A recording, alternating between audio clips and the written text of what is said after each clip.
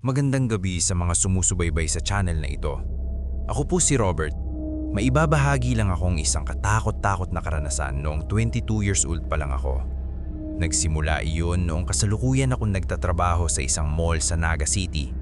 At dahil malayo ang original kong tirahan, ay sa isang boarding house ako tumila noong unang taon ko sa trabaho. Lumang bahay iyon na ginawang paupahan. Makitid ang hallway, medyo manipis ang dingding, at palaging amoy na lumang kahoy at basang semento ang area. Tahimik ang lugar, lalo na tuwing gabi, at karamihan sa mga umuupa ay panggabi rin ng trabaho, kaya madalas walang tao sa bahay kapag umaga. Mag-isa lang ako sa kwarto. Maliit lang ito, kasya lang ang kama, isang cabinet, at electric fan na palaging maingay. Wala akong ka-roommate at malinaw iyon sa may-ari. Isang susi lang ang ibinigay sa akin. Walang duplicate. Sigurado raw siya. Sa una, normal lang ang lahat. Hanggang sa mapansin ko ang kama ko. May mga araw na aalis ako ng maaga, mga bandang 7:00, at uuwi ng gabi. Isang beses pag uwi ko, napansin kong gusot ang kumot. Hindi basta galaw ng hangin, na para bang may humiga. Akala ko, baka minadali ko lang talaga umalis at nakalimutan kong ayusin. Hindi ko ito pinansin. Kinabukasan, inayos ko ang kama ko ng maayos. Mahigpit ang tiklop ng kumot, nakaayos ang unan, at may maliit akong panyong na inilalagay sa gitna, bilang palatandaan na hindi pa nagagalaw. Sinadya kong gawin yon. Pag-uwi ko ng gabing iyon, nandun pa rin ang pinto. Nakalak, pero ang kama, wala ng panyo. Nakatupi ang kumot sa paraang hindi ko ginagawa. At ang unan, may bahagyang uka, parang may ulo na sumandal. Doon na ako kinabahan. Sinubukan kong magtanong sa landlady kung may bumasok ba sa kwarto ko habang wala ako. Mahinahon niyang sinabi na wala, at wala raw kahit sinong may susi kundi ako. Natawa pa siya at sinabing baka pagod lang ako. Pero gabi-gabi, pakiramdam ko may mali. Minsan pag uwi ko, malamig ang kama. Hindi malamig dahil sa hangin, kundi parang may kakabangon lang. May pagkakataon pang may naaamoy akong kakaiba. Hindi mabaho. Amoy tao. Amoy pawis na matagal nang natuyo. Isang gabi, nagising ako bandang 3:00 ng madaling araw. Hindi ko alam kung bakit. Basta bigla na lang akong nagising. Pawis na pawis at parang mabigat ang pakiramdam ng dibdib ko. Nakatagilid ako noon at nakaharap sa pader. At doon ko naramdamang may bigat sa likod ko. Hindi kamay, hindi yakap, kundi presensya. Parang may nakahiga sa likod ko, kapareho ng posisyon ko. Ramdam ko ang init, ramdam ko ang paghinga. Mabagal, mabigat, at hindi tugma sa paghinga ko. Hindi ako makagalaw, hindi ako makapagsalita. Gusto kong sumigaw, pero parang may nakadagal sa dibdib ko. Unti-unti, naramdaman kong gumalaw ang kama. Hindi biglaan, kundi dahan-dahan. Parang may bumabangon. Nang biglang gumaan ang pakiramdam ko, agad akong bumangon at binuksan ang ilaw. Mag-isa lang ako sa kwarto. Tahimik, walang bakas ng kahit sino. Pero ang kama, may bakas ng 2 tao. 2 uka, 2 pwesto. Kinabukasan, nag-impake ako. Hindi na ako bumalik para matulog doon. Habang naglalakad palabas, tinanong ako ng isa sa mga matagal nang umuupa kung lilipat na ba ako. Tumanggo lang ako. Bago ako tuluyang makalabas, sinabi niya sa mahinang boses, "Hindi ka pala sinabihan. Dati kasin may namatay dun sa kwarto mo. Lagi raw siyang natutulog kapag walang tao." Hindi ko na tinanong kung sino. Hindi ko na rin gustong malaman. Ang alam ko lang, totoo ang pakiramdam na may natutulog sa kama ko, kahit wala ako. Akala ko tapos na ang lahat nung umalis ako sa boarding house na iyon. Lumipat ako ng mas bagong paupahan, mas maliwanag, mas maraming tao. Ipinangako ko sa sarili ko na hindi na ako babalik at pipilitin kong kalimutan ang lahat. Pero may mga bagay na hindi pumapayagang naiwanan ka. Unang linggo ko sa bagong boarding house ay napansin kong palagi akong pagod kahit sapat ang tulog ko. Gigising ako na parang puyat, Parang may kulang sa lakas at may pakiramdam na parang hindi ako mag-isa sa kwarto. Kahit mag-isa lang ako. Isang gabi, napansin ko ang kama ko. Hindi ito ang parehong kama. Bago ito. Iba ang kumot, iba ang unan. Pero may isang bagay na pamilyar. Ang pagkakatupi ng kumot. Parehong-pareho sa nakita ko noon sa lumang boarding house. Sinabi ko sa sarili ko na nag-i-imagine lang ako. Hanggang sa nangyari ito ulit. Isang araw, umalis ako ng bahay ng maaga. Pag-uwi ko, bukas ang bintana. Kahit sinara ko yun. Walang bakas ng pilit na pagbukas. Walang nawawala. Pero ang kama, may bakas ulit ng pagkakahiga. Hindi ko pa rin sinabi sa kahit sino. Noong gabing iyon, bandang 3:00 ulit, nagising ako. Parehong oras. Pareho ang bigat ng lamig.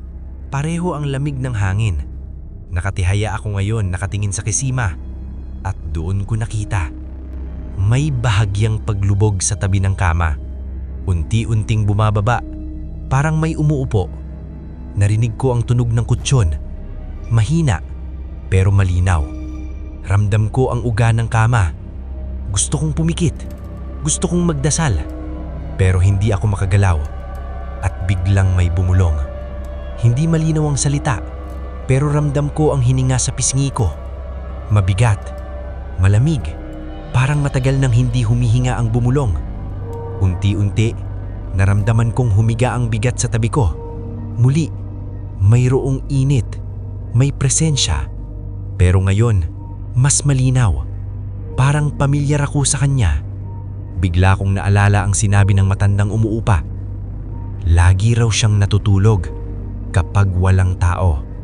Hindi niya sinabing umaalis siya. Kinabukasan, hindi na ako pumasok sa trabaho. Dumiretso ako sa dating boarding house. Hindi ko alam kung bakit, pero pakiramdam ko kailangan kong bumalik. Pagdating ko doon, sarado na ang gate. May karatalang at ang nakasulat ay, sarado na ang paupahan. Nakakita akong kapitbahay at tinanong kung may hinahanap ako. Nang binanggit ko ang boarding house, tumahimik siya sandali bago sumalita. Matagal nang nangyayari dyan. Yung namatay, mag-isa lang lagi, walang dumadalaw. Sabi nila, ayaw daw niyang matulog mag-isa. Tinanong ko kung kailan iyon nangyari. Ngumiti siyang pilit. Hindi pa raw tapos. Mula noon, hindi na nawala ang nagpaparamdam. Hanggang ngayon, kahit saan ako matulog, may mga gabing malamig ang kama sa tabi ko. May mga umagang gustot ang kumot kahit mag-isa lang ako. At minsan, bago ako makatulog, parang may humihiga sa tabi ko. Hindi na ako nagtataka dahil alam ko na yon. Kapag wala akong katabi, may ibang tutulog. Hindi ko na tinangkap ang lumaban. Sa una, sinubukan kong matulog sa sahig. Inilipat ko ang kutsyon.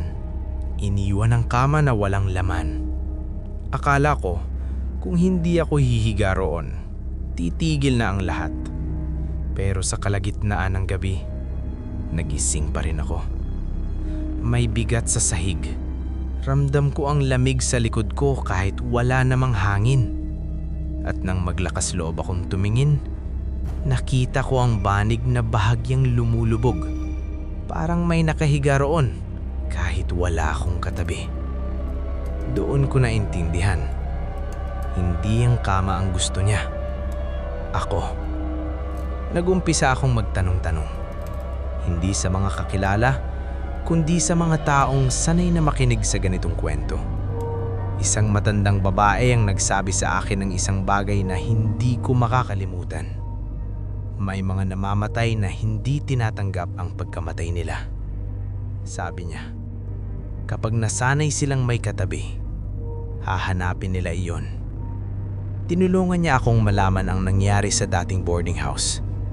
Ang lalaking namatay para roon ay hindi raw naging multo agad. Matagal siyang nabuhay mag-isa. Wala siyang pamilya at walang dumadalaw. Tuwing gabi, may inuupahan siyang kwarto kahit wala namang tumitira roon. Para lang may marinig siyang hinga sa tabi niya habang natutulog. Hanggang isang gabi, hindi na siya nagising. At natulog siyang mag-isa. Sinubukan ng matanda na magsagawa ng dasal. Hindi para paalisin siya, kundi para ipaalam sa kanya na tapos na ang lahat, na pwede na siyang umalis.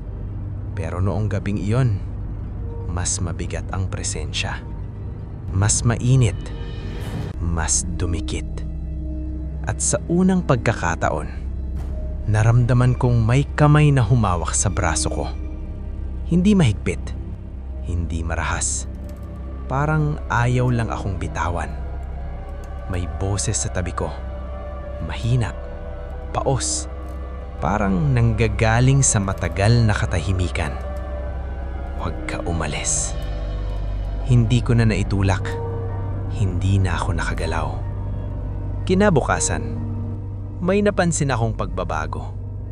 Hindi na gumugulo ang kama. Hindi na gumagalaw. Hindi na malamig. Tahimik na. Pero tuwing titingin ako sa salamin, parang may kulang sa reflection ko. Parang may bahagi ng anino ko na hindi sumusunod sa galaw ko. At tuwing gabi, bago ako pumikit, ramdam ko pa rin ang init sa tabi ko. Hindi na siya gumagalaw. Hindi na rin bumubulong. At doon ko naisip ang sinabi ng matanda. May mga multong hindi nananakit. May mga multong ayaw lang talagang mag-isa. Kaya simula noon, hindi na ako nag-aayos ng kama. Dahil alam kong kahit wala ko roon, may matutulog pa rin.